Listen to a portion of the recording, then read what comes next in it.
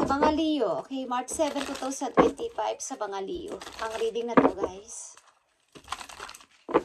Titingnan natin ang inyong message today, March 7, 2025 sa mga Leo.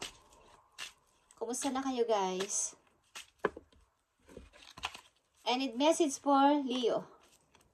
March 7, 2025.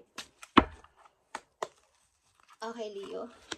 Tingnan natin ang inyong message. I need 4 message. Ang iyong unang message ay 7 of Wands. Okay. Tuloy-tuloy ang laban. Okay. Tuloy-tuloy kung ipaglalaban ko anong meron ako ngayon. At maaaring kayo ay defensive. Defensive sa sarili. Yeah. Ipaglalaban ko kung anong meron ako sa ngayon. Aalagaan ko tong mabuti. Sapagkat ito ay pinaghirapan ko, pinag-ipunan ko, at pinagpaguran ko. Nagpagod ako dito. 5 of Swords is here. Okay, marami kayong mga nilayo ang tao din na hindi na maayos sa inyong sarili. Speaking of nilayuan nyo, may nilayuan kayong isang person. King of Cups is here. Okay. Malakas sa inyo ito. Nai-involve kayo sa Scorpio, Leo. Laging sumasali ang King of Cups sa inyong reading. Kayo ba ay dealing sa water sign? Okay, Leo. May tao kang pinangingilagan. Something na huwag ka nang makalapit-lapit sa akin. Okay? Pinagtatanggol ko ang sarili ko at kung anong meron ako ngayon na pinaghirapan ko. At kung sino ang kasama ko ngayon, pagtatanggol mo to sa tao na to. Okay, tingnan natin, Leo. I need message for Leo.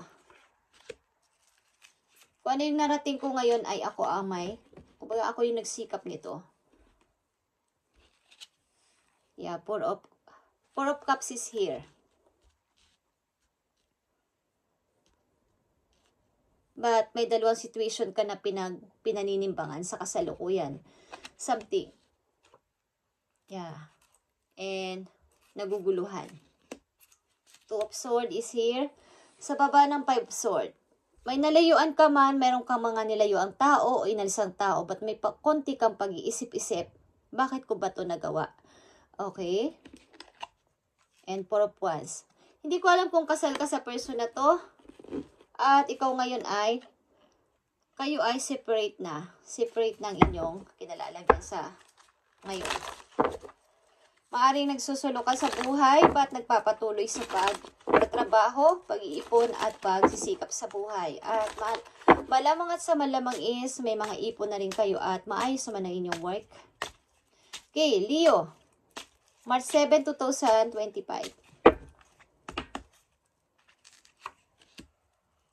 March 7, 2025. 9 of Wands, okay. Ikaw ay silent. Silent mood. Ayaw muna nang makipag-usap o something na pinoprotektahan mo talaga ang sarili mo sa mga problema. At sa mga pwedeng manakit sa'yo o magdala sa'yo ng problema. At mga message na rin. Okay? Sapagkat nag-i-start ka talaga sa bagong buhay mo. After nito, 10 of Swords is maaaring ikaw ay nagtuloy-tuloy sa pag-moving o pag-move on. At separate ka sa tao na to. Maybe. I need 1 message pa dito. For Leo. 6 of Wands. Okay, tuloy-tuloy kasi pag-moving at masaya ka dito. Yeah, masaya ka dito. At andito ang iyong energy. Queen of Wands is here. Sa bago mong mundo, bago mong pinagkakaabalahan. Okay, is tuloy-tuloy ka. Maring kayo ay tuloy-tuloy sa pag-moving on at pagsisikap sa sarili nyo. Okay, Leo. Tingnan pa natin ang mga message po yun. March 7, 2025. March 7, 2025 sa mga Leo. March 7, 2025. At shoutout sa inyo lahat, guys, sa mga Leo ko sa mga kayong lugar andoon. Kung mainit o malamig ang inyong lugar, nag-i-snow o umuulan, is magkape kayo, guys. Katulad ko, mahilig ako sa kape. Ang mga ilang Leo ay mahilig sa kape. Okay, message for you. Sa mga Leo na nandito sa reading. Tingnan natin. Napakahalagang message ito para sa inyo. Nandito ang breaking trail, okay?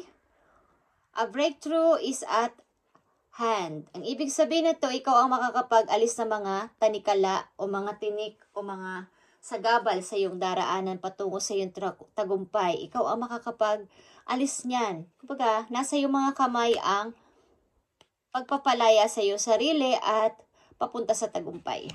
Nasa iyong mga kamay. At nandito ang desert passage. Trust, there's divine plan. Mag-trust ka sa mangyayari sa iyo sapagkat ito ay nakaplano para sa iyo. Ito ay divine plan. Ilan sa inyo is nasa bansang mabuhangin o maraming buhangin. Okay? Kung sa bansa man yung mabuhangin, ilan sa inyo nandoon na mga Leo at nakatakda kang pumunta doon. The same. Enjoy and delight. Andito ang open your heart to joy. Magsaya ka, Leo. Bakit ka dapat magsaya? May mga kumbaga tuloy-tuloy kasi yung pagsisikap kasi sa buhay at wala kang ayaw mong tingnan yung mga ayaw mong i-entertain yung mga tao o mga problema muna this time. Ayaw mo munang i-entertain at pinoprotektahan mo ang iyong sarili. Dito, lalo na sa mga hindi magandang mga message na parang nakakapagpa-drain ng isip, umiiwas ka muna. Silent ka. Okay? Breaking trail is ikaw ang makakapag tanggal niyan. Kung ay mga tao, sitwasyon na hindi maganda, ikaw, nasa mga kamay mo ang makakapagpalaya. Okay? At kumbaga sa isang daanan o sa isang daan, kapag madumi o madamo, kung hindi mo tatanggalin, mabato, ang mga kalat na yon, ang hirap maglakad at marami sagabal. Yun ay mga tao at mga sitwasyon na hindi na dapat binibigyan ng halaga. Okay, Leo. Sa inyong bagong mundo, bago ninyong tinatahak na mundo is, magsaya ka. Sapagkat nandito ka, okay? Ikaw ito, Queen of Pentacles. At hawak mo ang 4 na alas na to. At 9 of Pentacles. Mga bagong pag-asa, bagong mga papasimula, bagong mga mapagkikitaan, bagong mapagkakakitaan, bagong mga mapaglilipangan is nandyan. Okay, Leo. Sagabal ba ang tao na sa'yo? King of Cups is here again, okay? Sa ibang card. Sagabal ang person na to sa buhay mo. Kahit ito ay hindi Scorpio, ito ay nagmamanipulate ng iyong emotion, Leo. Okay? Ito ay water sign. Maring itong tao na to ay dinadaan niya sa matamis na pananalita, mahinahon, but parang pag nandyan ang tao na to, nakakasagabal sa iyong pag-unlad sa buhay. Okay? Laging nagpapakita sa iyo ang tao na to. Kaya nakakagulo sa iyong mga pag-i-start. Nakikita nyo ang The Empress. Ikaw ito, Leo, as The Empress. Pag-i-start ng bago, pag-grow sa bago ninyong mundo. At ito ay divine plan. Nakatakda itong mangyari sa inyo. Pag-grow sa sarili, sa money, sa inyong emotion, bago, sa inyong physical, mababagong inyong looks, mababagong inyong pananaw, at masasabi niyong kayo ay may freedom. Hindi lang sa pera, pati na rin sa inyong kalooban, sa inyong spiritual, is lalago kayo, okay? So, joy and delight is here, guys. 9 of Wands is here again. Ayaw niya munang magpapasok ng mga taong hindi akma sa inyong pananaw o sa inyong paniniwala. Naglalagay kayo ng boundaries muna sa mga ganitong klaseng tao. mukhang itong person na to is laging inaabangan kung kailan ka magkakamali. Inaabangan kung kailan kanya mapupuksa. Okay. Sapagkat nakikita kanya na nagiging okay ang buhay, nag-grow na again, nagre-restart, binibuild ulit ang sarili pa konti-konti is, ang tao na to ay gusto ka na ulit i-manipulate o something na bigyan ng bitag para ikaw ay hindi makamove on ng tuloy-tuloy. Okay, Leo? Tingnan natin ang message para dito. Nandito ang fairy spotting. Leo, it's time to go fairy spotting. It said that seeing is believing, but in fact, the opposite is true. Believing is seeing. Okay. May mga paniniwalang ibang tao, guys, na kapag nakita nila, saka lang sila maniniwala. Okay? So, pag hindi nyo pa nakikita, hindi kayo maniniwala. So, ibahin ninyo ang inyong pananaw na kahit hindi nyo pa nakikita, mag-trust kayo na ito ay divine plan para sa inyo ni God, ni universe, at mangyayari ito sa inyo. Okay? Pag nagbi-message ang tao na to sa inyo, yung nasisira, alam niyo yung nasisira agad ang mood nyo, kahit masaya kayo. Tapos, gumugulo ang utak nyo at bumabalik yung mga ginawa sa inyo ng person na to. Okay, Leo? So, huwag nyo i-entertain ang tao na to sa buhay ninyo. Huwag nyo siyang papasukin muli sa inyong buhay. Protect yourself. Protektahan nyo ang inyong sarili sa person na to. Hindi man literal na sa physical, but sa emotion is kayo ay tinitira ng tao na to. Alam nilang kayo ay mabait na person at nadidrain ang inyong emotion. Okay. So, patunayan nyo sa person na to na kayo ay nag-restart na, lumalago at lalago pa sa mga darating pa na araw, buwan at taon. Okay, Leo. Tingnan natin.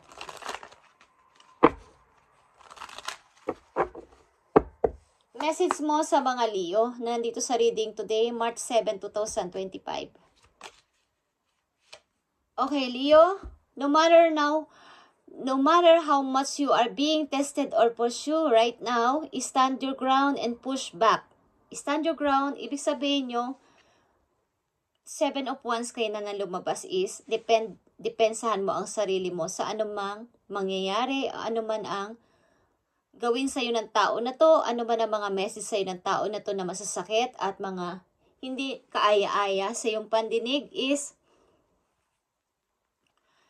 ikaw ay pinupursue o parang tinitest na ikaw ay magpatuloy pa.